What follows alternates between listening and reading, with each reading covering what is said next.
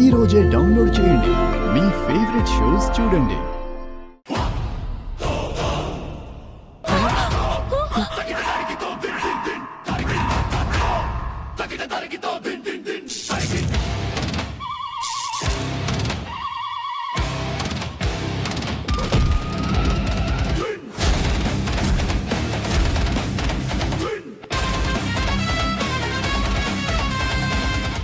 ఇంటికి కాబోతున్న అల్లుడివి.